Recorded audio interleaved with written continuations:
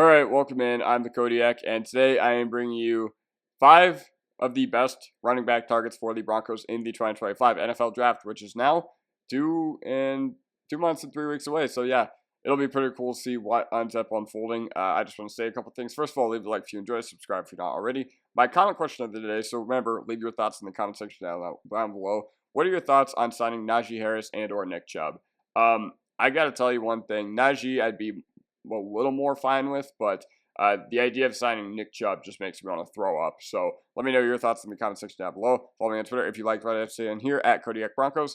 Let's dive right into it. So obviously these aren't ranked or anything like that, but it would be a complete crime to go this entire college football season without talking about Ashton Jeanty first. The guy who was the Heisman runner-up, and he is just so clean as a prospect. So his listed size is 5'9", 215. Career stats, 750 attempts, 4,769 rushing yards, 50 touchdowns, 80 receptions, 862 yards, and 6 touchdowns as well in the receiving department. So he is a day one set and forget guy at the running back spot in any NFL team. There is a very short list of teams who would add Jeanty right now, and he would not be the best running back on the team. All I have to say about him is that he's a human highlight reel. This dude is just absolutely ridiculous. Like, if you haven't done yourself a favor, do it and watch some Ashton Jeanty highlights because it is so much fun. But I think what's even more fun is to watch how he plays, watch the film, even on the runs that aren't the highlight plays. He's so clean on those as well, and he has such a good floor in the NFL because his pass protection is so good. He's good on third down, which is definitely going to give him some leeway, even if he gets drafted to a team that doesn't really tend to trust rookies. But, great vision, great burst, unbelievable contact balance. Like, you hit him, and he just bounces straight off of you. So, yeah, long speed, like, he's a threat to house one every time he touches the football. Play strength, like, he's height, weight, speed, clean. So, ultimately, there's just nothing bad to say about Ashton Jeanty other than he's probably, I don't want to say he's probably not there at 20. I'd probably put the chances at like a 30% chance that he is there at our pick. And if he ends up being our pick, or if he ends up being available at our pick at number 20, we should sprint to the podium and not even hesitate because he would just add so much to this offense. So my NFL comp for him is Priest Holmes. They're both 5'9", 215, and you look like you can tackle them, but you just bounce right off them. So, yeah, that's how I feel about Ashton Jeanty. Now, the second guy we're going to talk about is TreVeyon Henderson, running back out of Ohio State, listed size 5'10", 205, which is a little surprising to me. I thought he'd be a little bit bigger, but, I guess this makes sense. And I'm curious, one thing I have not mentioned is that college teams usually tend to lie about their measurements, so I'm curious to see, if they lied about any of these dudes' measurements, but either way, Henderson, another highly productive dude. He spent 4 years in college, but he was injured in 2022 and 2023, so I think he wanted to come back and actually win the Natty with Ohio State. I think that's what his goal was, and he ended up accomplishing that. A little surprised he didn't go to the NFL last year when Jonathan Brooks was the only running back that got drafted in the top 2 rounds, but I guess it makes sense from Henderson's perspective because he was hurt a lot in 23, and I think that probably would have tanked his stock, so yeah.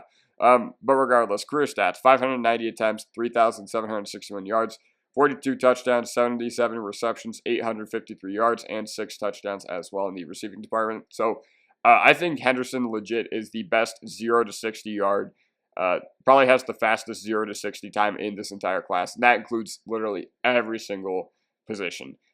Great ball security. He only fumbled twice in college, and he didn't lose either of those. So I know that there had been he touched the rock 660 times, and he had never lost a fumble. Yes, he had never lost a fumble. He fumbled twice, but still, that's an insane number. Like, if you can touch the ball, if you can fumble only once in every 300 touches in college, there's a pretty good chance that you're going to be successful in the ball security department in the NFL. One thing that also stands out to me is great elusiveness. That a lot of people in draft circles have said that his elusiveness isn't that good, and I just could not disagree more. And once again, he's a punisher in pass protection. I absolutely love his third down game. And, there are some questions about him. Like, he was often injured, as I mentioned, in 2022 and 2023 at Ohio State. And it seemed like he did have some poor vision, even on the big plays. Like, even though he would end up, choosing the wrong hole immediately, he would just bounce outside, and before you could catch him, he was gone. And one thing that I really like to see, especially out of small running backs, I like to see them fight forward, fall forward for those extra yards. And he's not really that impressive in that regard, but still a very, very impressive dude. I'd be very happy to have him with the Denver Broncos, especially because you probably don't have to use a round 1 pick on him. So if you were able to, draft a stud with your first round pick and pair him with TreVeyon in the second round, that is pretty much our ideal scenario right now. My NFL comparison is a fully upgraded Jaylen Warren. So I think Jaylen Warren is also around 5'10", 5'11", 205, but he, once again, is also a threat to house the ball anytime he touches it. Unfortunately, he's been on an anemic offense throughout his entire NFL career, and I just hope that, if we are to draft TreVeyon Henderson, that he does not follow the same fate. Also, Warren is an absolute demon at forcing missed tackles on receptions, and TreVeyon Henderson is as well. So, Omarion Hampton, running back out of UNC. So, career stats, 622 attempts, 3,565 yards, 36 touchdowns, 73 receptions, 635 yards, and 4 touchdowns as well. Another guy that, once again, his hands check out. You can literally just check out the reception number in the box score, and you don't really need to see anything else there. So he has some nice floor on third down. And one thing that I really liked about Hampton is he has legit playmaking speed. A lot of people are comparing him to pre-injury Javonte Williams. And to that I say, scout the player, not the helmet, please, because I just don't see that at all when I watch Omarion Hampton play. I see a faster David Montgomery more than anything else. And David Montgomery, I didn't really think he was that good in Chicago, but once he was able to go to a good offensive ecosystem in Detroit, he was able to be fully unlocked. And yeah, now I'm just like, okay, this guy's pretty dang good. But one thing that I like and don't like about Omarion Hampton is that he is probably legit one of the most violent runners I've ever seen. Like, yes, it does make sense that he is in that, like, Javonte Williams realm of, like, making guys miss, but Javonte Williams was not a violent runner in college football. Sure, he was a missed tackles force demon, but there are very few handful of plays where he was a violent runner. And honestly, he wasn't really in the NFL either. Like, he wasn't trucking dudes. He wasn't, anything like that. They just couldn't bring him down. It's kind of different with Omarion Hampton. Like, he runs, I would say, remember rookie Isaiah Pacheco when he wasn't getting taken over by washed Kareem Hunt like he is now? Like, that's how I felt. That's how I feel Omarion Hampton runs and the urgency he runs with. And, he has legit shake and bake ability, which is something that I wasn't really expecting to, because it feels like he's stiff. Like, these kind of coincide, like my pros and my cons kind of coincide here. He seems a little stiff.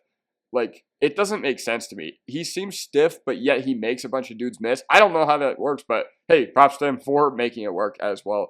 But listen, the NFL usually punishes guys who run recklessly.